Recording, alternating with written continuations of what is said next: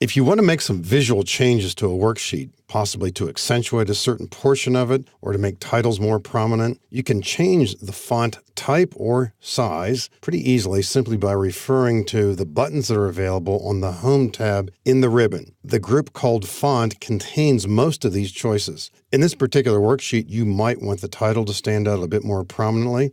So if we click on cell D1, we could consider changing the font type by going to the Home tab and clicking the arrow to the right of the current font. In recent versions of Excel, the standard font is Calibri.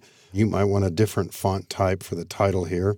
And there's so many choices here, you could, if you're not careful, waste a good deal of time figuring out which one you like best.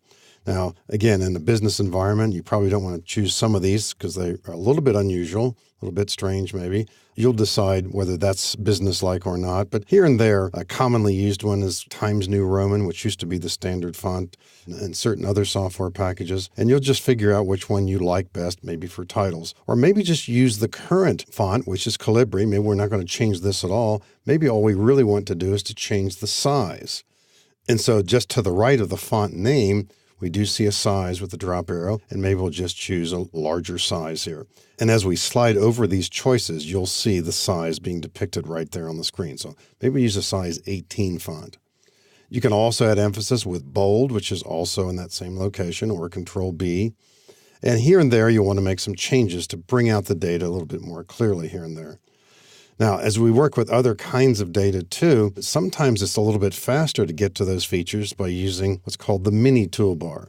Maybe we really don't need to make changes here. We might want to make these bold, possibly underline. If you right-click the selected cells, not only do you get a shortcut menu, but you also get the mini toolbar, and this contains nearly all the buttons within the font group anyway, and so we can get to them this way sometimes a bit more quickly. Maybe we'll use a larger font here, or while we're here, maybe we'll make it bold. That sort of thing. Again, the idea is not to use too many features necessarily, but to use the features that you think will add greater emphasis to the text here and there. Recognize something here too. Sometimes there are space considerations. If text entries are made bold, they take up more space. Now, usually we don't care about that, but this will take up more horizontal space.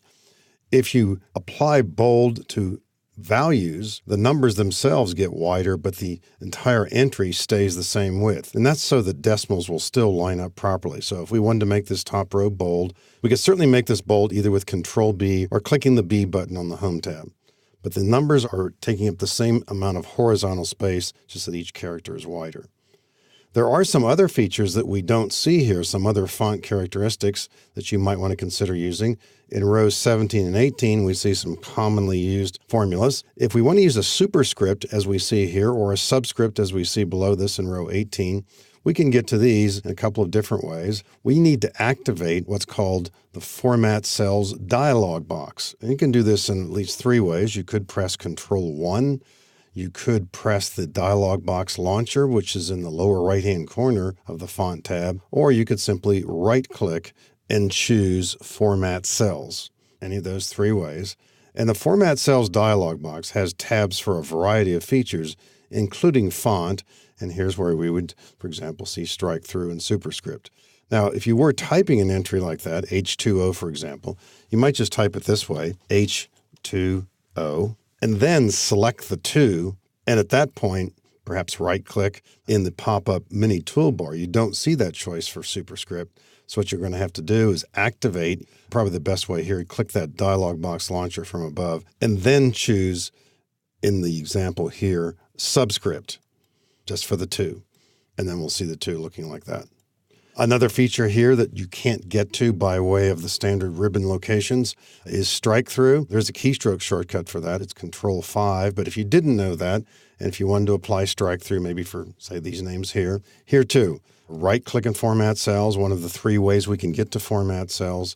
And then on that font tab, we have a choice here called strike through right there. So here are some of the many features that you can get to by way of changing the font. And again, sometimes you're doing this just for particular emphasis. At other times, it does bring out the data a bit more clearly.